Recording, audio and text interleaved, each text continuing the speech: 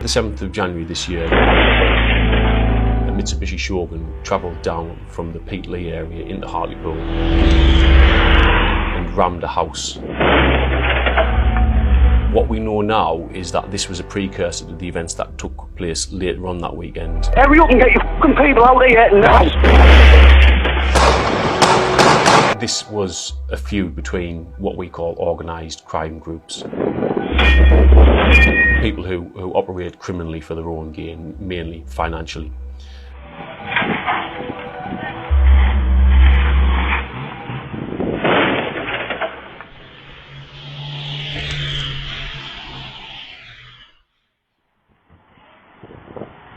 We can see the Mitsubishi Shogun entering the street in Hartlepool and the suspects attacking the vehicle on the driveway there. So we see the accelerant being poured onto a rag and into the back of the vehicle. It's now set on fire as the Mitsubishi Shogun rams the front of the house.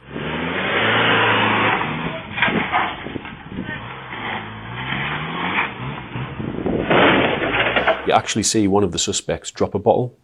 That bottle's later recovered and the DNA profile of Wayne Griffin is found on the rim.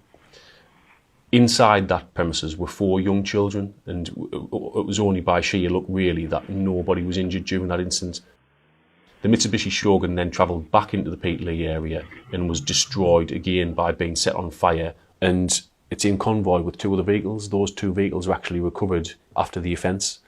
Inside we find baseball bats and some other bottles containing accelerant. Again, we were able through DNA to link those items to the suspects in our case. The following day, on the 8th of January, in kind of response to this, an aggravated burglary occurred in the Horden area. Hello, police emergency. There's loads of people trying to get in my house, smashing my house and everything up. Okay, can you give me your address, please?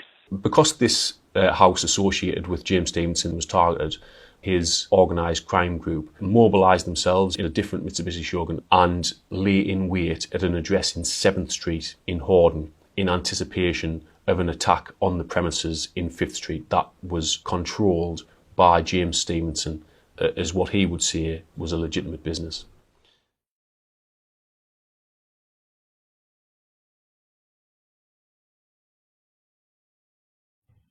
And eventually, a stolen Ford Transit entered 5th Street and began to ram the business premises.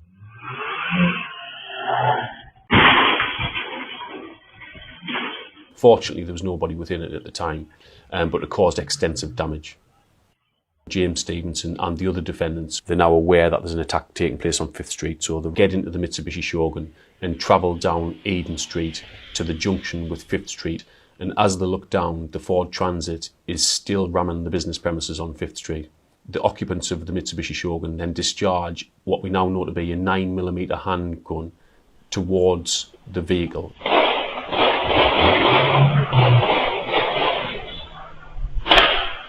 The Mitsubishi Shogun then makes off towards Easington and is followed in what we would say is a pursuit by the Ford Transit van. And the last sighting that we have of that on the CCTV is in the Haswell area. And interestingly, the Mitsubishi Shogun's later found, a week later actually, burnt out in the Coxo area. So following the reports by members of the public, as you can imagine, there's lots of information that comes into the police pretty quickly, and we've got to establish exactly what the circumstances are that have gone on.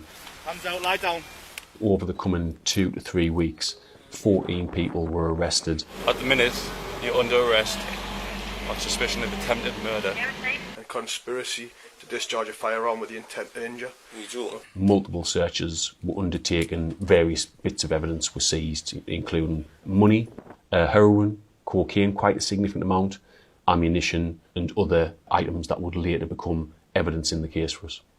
And even though we didn't recover a huge number of phones from our suspects, we still managed to obtain some text messages between the suspects which showed that communication, which showed they were together or had been together previously when we would say that the preparation was being made to commit this offence. We also executed a warrant on a place called Mount Pleasant Farm, owned and controlled by Paul Frain. On the farm, on the back of a flat back vehicle, we recovered the shell of a 9mm bullet, And what we were able to establish through the forensic evidence was that that 9mm bullet had been discharged from the same weapon used in the offence on 5th Street. And we can actually go a step further than that as well. We can say, because of the angle of the bullet, which we later recovered from the front of the building in 5th Street, we were able to say that that bullet had travelled from the Mitsubishi Shogun. So we were able to prove that the people within that vehicle definitively discharged a gun and that bullet had travelled from the direction of that vehicle. Did you intend to kill the people who were smashing the shops up? Oh, come on. When suspects are arrested, they're all interviewed under caution by police officers. I had no part in this crime. I'm not guilty for it.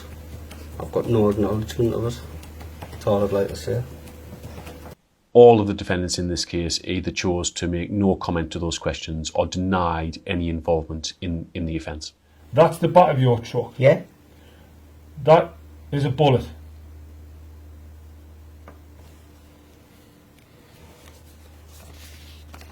That's a 9mm casing from the bullet. Can you tell me what that's doing in the back of the truck that you move in and out of there? Haven't got a clue. Okay. Haven't got a clue. We've obviously undertaken these extensive levels of inquiries, from witnesses to CCTV to forensics to searches, arrests, etc. And we're able to build really strong case against these people. In the face of this, what we would say is overwhelming evidence, all the defendants chose to plead guilty. Can I stop this interview and talk, Mr. Certainly, of course you can. Time by you. Yeah, time by me is 15:45.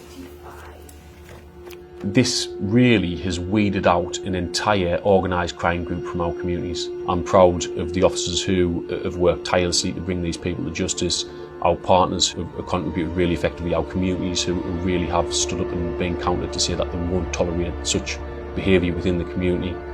And I think this acts as a real deterrent for organised criminals who think they can escalate their criminality to such a serious and violent level to say that it just won't be tolerated.